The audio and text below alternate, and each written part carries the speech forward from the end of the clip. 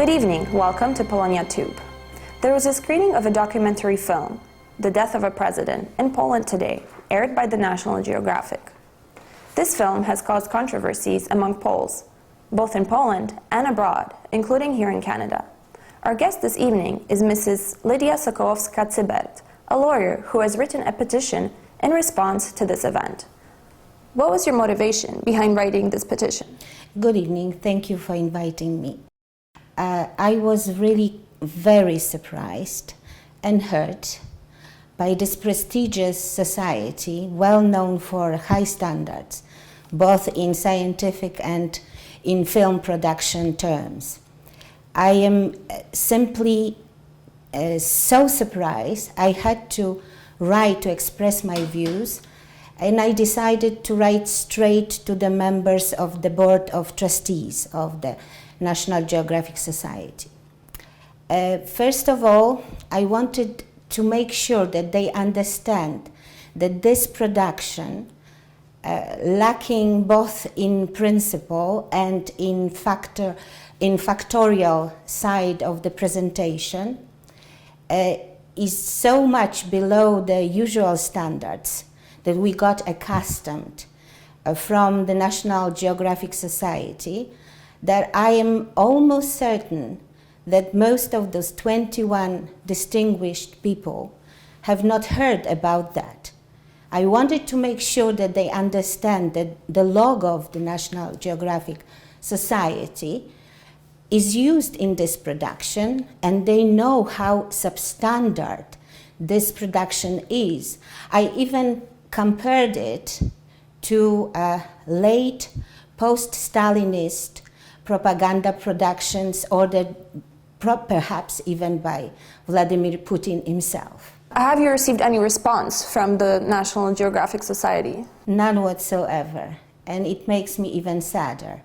I hope that at certain point our protests, coming not only from very courageous Polish engineers who contributed their knowledge and their time and effort to help out in discovering the truth behind this tragedy, they will be joined not only by lawyers but also by specialists from different walks of life, and especially doctors specializing in pathology, for example. We cannot stay calm. We cannot be impatient, but we have to act. This is what we should do. What legal issues do you see in the investigations conducted by the two technical commissions on whose findings this film was solely based? There are basically four huge problems from the legal point of view that I see both in Mach's works and in Miller's commission. First of all, both commissions act with a clear conflict of interest. Mach was led by Mrs. Anodina, and she is related to an owner of a company that was conducting the last renovation and works on this plane.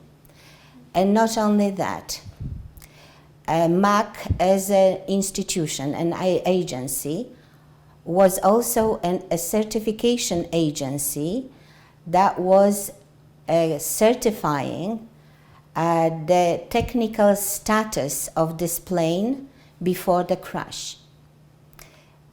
With the Miller's commission, Minister Miller, at the time of the crash, was responsible for overseeing the security of the Polish president who died in this crash.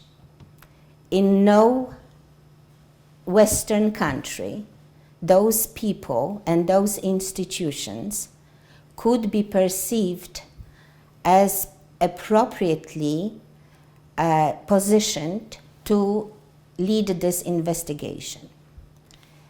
The second huge legal objection that I have is the completely substandard way of conducting investigations. First of all, the whole crash site was never properly secured. Even on the day of the crash, Russian services were found to be picking up parts of the wreckage and displacing it. We know that huge machinery was used only days after the crash to completely level the whole site. We know that the trees, bushes were cut down to the ground.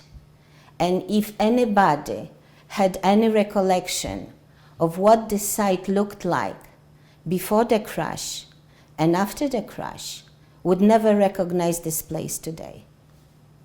So this is the second thing. And not only that, all those tests quite routinely conducted in cases like that, it's enough to compare with Lockerbie, that led to reconstruction of the wreckage, was never attempted. We have documented facts, very disturbing facts, of damaging wreckage purposefully days after the crash. We know that the wreckage was washed completely clean quite recently, before any Polish services were allowed to even conduct serious talks about getting this wreckage back to Poland. We've heard about some tests, completely basic tests, conducted only in fall last year. There were tests done, very basic tests, that were purposefully conducted to find out whether there are any traces of explosives. How many months have passed since the crash? Is it normal to have those tests done only then? And there is also a story behind those tests, and this is a story for another occasion. So that's the second huge problem. And the third one is the way that the bodies of all victims were treated. In Polish legal system, there is a duty on the part of prosecutors to conduct postmortem in any occasion when the death is unexplained. And there was none, despite public assurances given by public officials, namely the former Minister of Health, Mrs. Kopacz, and who now is even the Speaker of the lower parliamentary body. So we know from exhumation conducted only recently, after months and months of families asking official Polish bodies responsible for conducting those postmortems that never were done, that during the whole procedures after the crash, bodies were swapped, were treated in a despicable way. And the huge outcry was met with complete indifference from the Polish government.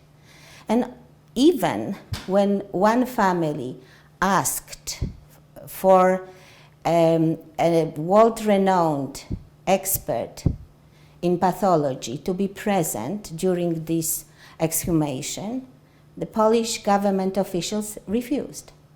I ask why. In your opinion, why did the producers choose this specific timing to air this documentary film? This is the most interesting thing. I am asking in my letter for an explanation because I really don't know.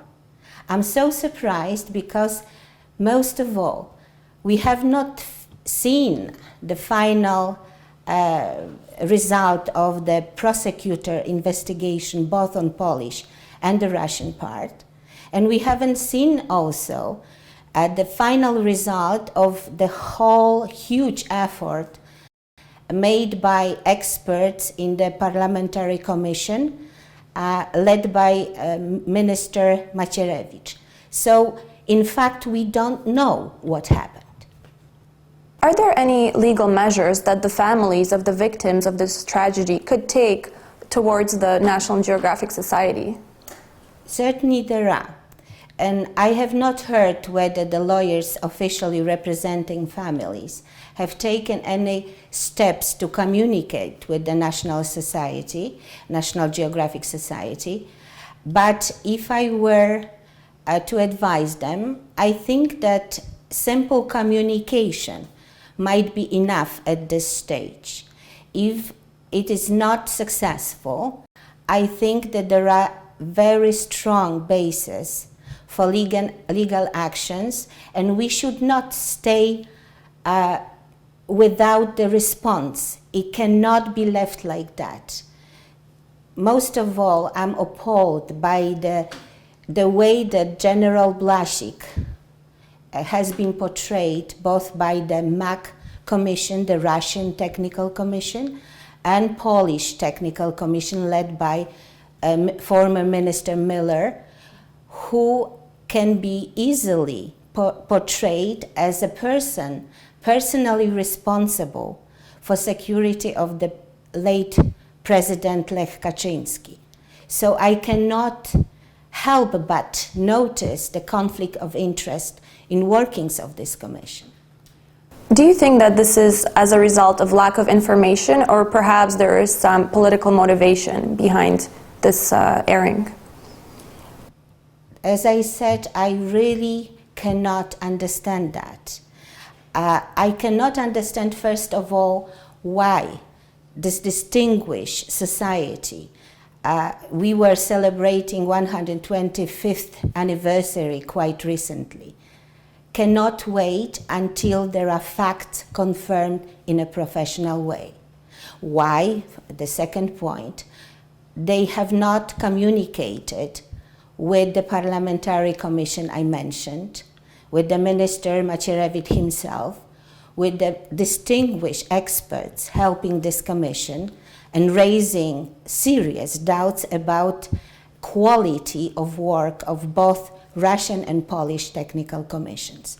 Why they have not contacted people who are at this level of expertise and can explain it so much better than we laymen in technical terms, what might have happened or what should be checked, what tests have to be done yet.